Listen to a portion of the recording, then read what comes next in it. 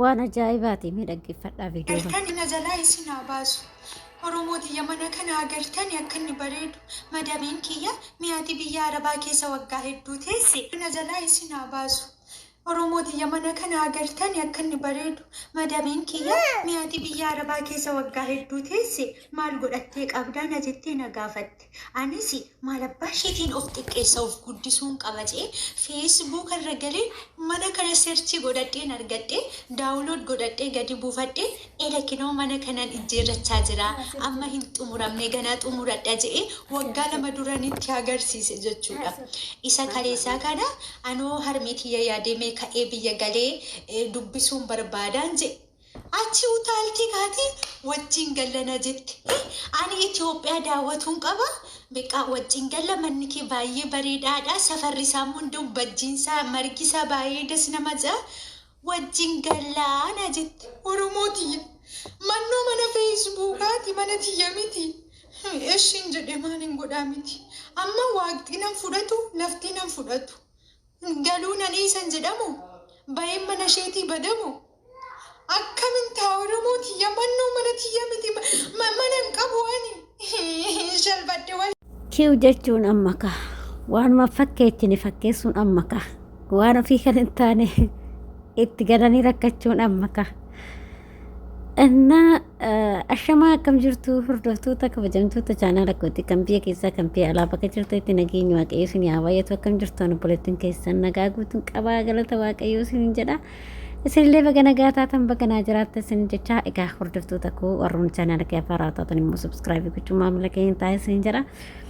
Akkuma argaa jirtan ka obboleettiin keenya tokko maal jettee mana kuni mana kiyyaa jettee Facebook irraa buustee itti agarsiiste booda madaamni ishii immoo si wajjin galaa jetteen jechuudha. Si wajjin galeeta Itoophiyaa daawwadhaa jetteen. Kiu jechuun amma ka eecha seentiree amma silaa manni kan ishiitii miti kan Facebook ati jettee hiinuu himteerti eecha dhaqa. Maaluma soba kana nama barbaachise namni maalumaaf waanuma fakkarre kana fakkeessaa dhugaa rabbi salphachuu irraa waaqayyo nama oolchu namni asuma soballee sobuun illee asumaan nama baratti beektanii yeroo tokko tokko asumaan nama baratte jechuudha sobni kunillee. Kanaaf sobuun hin barbaachisu waan dhugaa tokkoyyuu gaafa dubbattu isa toora bareedadha jechuudha. Garuu mucayyoon kun sobdeetti akkas jetteeni garuu madaaminis yookiin immoo waliin gala jettee ishiin garuu manni kan isheetii miti jechuudha. Kana salphina akkasiitis waaqayyo nu haa oolchu. Dhugaa dubbachuufis salphina akkasiitis waaqayyo nu haa oolchu. Maaliif namni tokko dhugaa dubbatanii deemu wayya sobdee jaalatamurra dhugaa dubbattee jibbamuu si wayyaa jechuudha. Kanaaf mucayyoon kun nama sobdee jechuudha lumaa galatti soba isheetti jechuudha. Innaa akkanumaan of akka baddeeyyuu si jaba. Innaa nama of fakkeessitu duras waan akkanaatti irra bu'ee jechuudha. Of fakkeessite akkanumaan of fakkeessite jechuudha mucayyoon tun. Homa hunda of fakkeessite akkanumaan jechuudha. Ani mucayyootan duraan baay'een ishee jaaladhaa ture jechuudha. Yeroo kunoo abbaa jalaa boqotee boochuu saniin durallee bakka gorsa bareedaa waan akkasii gina amma immoo bakka waanuma hunda sobdisi keessuma baates waa sobaates jechuudha. Waanuma fakkeessine kana fakkeessite jechuudha. Maali namni waan fakkeessine fakkeessuun wanta ofii kiyyaan hojjenne tokko nan qaba jechuun boruu nama salphisa. Salphina jechuudha salphina guddaadha. Ande amma dhuguma isaa ta'u soba isaa ta'u garuu dooshii nama dhuguma madaamin isheetis kan faana galtu ta'e salphina guddaadha jechuudha. Kanaaf sobni nama hin guddisu nama xiqqeessa malee dhugaa viidiyoo ishii kanarraa waa barattu akka sobni nama xiqqeessu jechuudha. Maaliif waan dhugaa tokko gaafa dubbannu isa turra bareedadha jechuudha. Waanuma qabasanitti nan qaba jedhanii yoo agarsiisan insun baqa. Maali waan hin qabne tokko nan qaba jedhee fooqii itti agarsiisaa fooqii fi yantaan. Gaafa fooqii hin qaba jedhee gaafa isaanii si wajjin gallanaan jedhan akkuma kanatti yoo salphadhe hoo salphina guddaadha kun jechuudha. Kanaaf sobuun gongumaa nama hin barbaachisu. Eenyumallee haa ta'u xiqqaas haa ta'u guddaas haa ta'u namni nan beeku soba namni immoo maallaan jedha jedhanii of beekuu qabu malee an akkas godhanii ol guddisuun kun boru namarratti nama xiqqeessaa jechuudha walumaa galatti akka mucayyoo kanaatti jechuudha.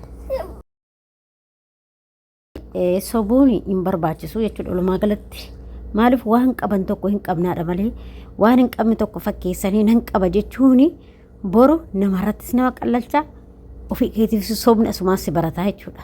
Miciyyoon kun amma duraan ani waanuma dhugaa waan ishiin haasoftu se'ee jechuudha micoota. Gin sobni ishii daangaa hin qabu jechuudha. Hin sobdu yaa rabbat nama dhugaa waaqayyo micoon kun qalaalis soba jechuudha. Soba yammaa. Micoottu duraan ani baay'ee tokkoon ishee hordofa feesbuuk irratti duraan ishii beeka jechuudha. Garuu sobni ishii qunnumaan gasafartee jechuudha. Dhugaa rabbii obboloota koo jechuudha. Ani namuma sobuun jibbisiisa dhugaa. Maaliif dhugaa kee dubbattee gaafa jibbamtu isa sii wayya jechuudha. Dhugaa dubbadhee waan jibbame maaltu na dhorga. Dhugaa rabbii kanan sobu jechuudha. Waan hin qabu tokko nan qabaadha. Waan hin qabne san immoo hin qabuudha. Kana jechuudha. Kanaaf arabni nan beektu ittee ganaa yookiin mana kiyyan beektu ittee waan akkasii jechuudha jechuudha. Oduufuma guddisuun kun maaliif barbaachise? Maaliif barbaachise? Mana akkasii tan qaba. Osuma hin qabaanne jechuudha. Waan qabdu yoo qorqoorroo qabaattee mana citaa qabaattee yoo qabaattee yoo agarsiiste isatti bareedaadha jechuudha. An akka kiyyatti akka sammuutti yaattani malee akka sammuu namaatti hiikaan jiru garuu jechuudha. Garuu an akkasi soba kana nan barbaachisu. Baqa. Maaliif namni qallaalii taate jechuudha. Ishee faanan gala jetteen amma yoo maal jechuun ni danda'ama. Gaafa galtee immoo mana citaatti galchite yookiin qorqoorrootti galchite maal jetti? Eessa manni sun yoo jette makiinan qabas gaafa jettu salphinaa bar namni makiinan qaba faa jedhu ni baay'eetu jira bar. Daamiin fite yaa rabbi ani soba kanan jaaladhu baali. Dhugaa waaqaa jechuudha. Isaanuma soo ta'e nama sobuuni of sobuudha. Maaliif namni sin beeku iyyeen sobuu dandeecha. Garuu kan si beeku waaqayyoofis qofatu beeka. Kanaaf immoo sobuun hin barbaachisu jechuudha. Walumaa galatti sobuun gaarii miti jechuudha. Kanaaf akka micoo kanaatti sobinaas jechuu barbaadetan obboloota koo micoo kanarraa waa hin barattu dheetii yaada dhugaa rabbii ani ofii kootii warraa baradheera. Maaliif akka ishee sobdu nan beeka micoo kun dhuguma hima sobdu nima tanaffasti waanuma hunda jechuudha. Fakkeessitee jiraatti malee of taateen jiraattu dhugaa rabbii argeetan jira. As maxxantii achi maxxantii. Ani micayyoon tun amantuma ishiin qabdu iyyuu na ajaa'ibee na dhiisu. Amantuma ishiin kana amantiin kee jettee qabdu akka hin jirtu. Amma yoo ijoollee musliimaatti agarte akka musliimaatti taate. Yoo ijoollee kiristaanaa agarte akka kiristaanaa taate. Yoo ijoollee beetsee agarte akka beetsee taate. Ani namuma akkana ta'u kana dasnan jedhu baqa. Maaliif namni kamiyyuu amantaa ofiitiin kabajallee kennuu barbaachisaadha. Maaliif akkanumaan amantuma gamaa gamana utaaluun kun maalidhaan? Amantaa qabdu tokko irratti ittiin boonuudha. Maaliif fakkeenyaaf ijoollee musliimas amantaa ofiitiin ittiin boonti. Ijoolleen ortodoksiis ittiin boonti. Ijoolleen beektas ittiin boonti. Garuu micayyoon kun akkuma allaattiiti mee ilaalaa viidiyoo ishee ala seenatti. Asii yoo dhatte amantaa kana fakkaatti. Achi yoo seente yoo si argite amantuma ati qabdu fakkaatti. Sani soo agarte sanuma fakkaatti. Akka gaararraa rabbi gaararraa jechuudha micoota jechuun rabbi gaararruma jechuudha. Akka gaararraati garuu isheen akkasitti deemtee jechuudha. Dhugaa namuma akkanaa kana jibbisiisa. Maaliif namni amantaa tokko qabatee taa'a malee amantuma gara garaati irratti utaalee akka ofii amantuma illee qabatu bar. Qabattee illee kan qabattee amantaa tokko qabattee teessu akka isheen agarreen. Amantuma isheetu na walaalan. Dhugaa rabbi kiristaana taatee biizii taatee musliima taatee hin beeku ani micoota jechuudha. Maaliif hin xawwal wal takkanumaa waanuma isheetti naan galu jechuudha. Na akkas argaa ishiidha.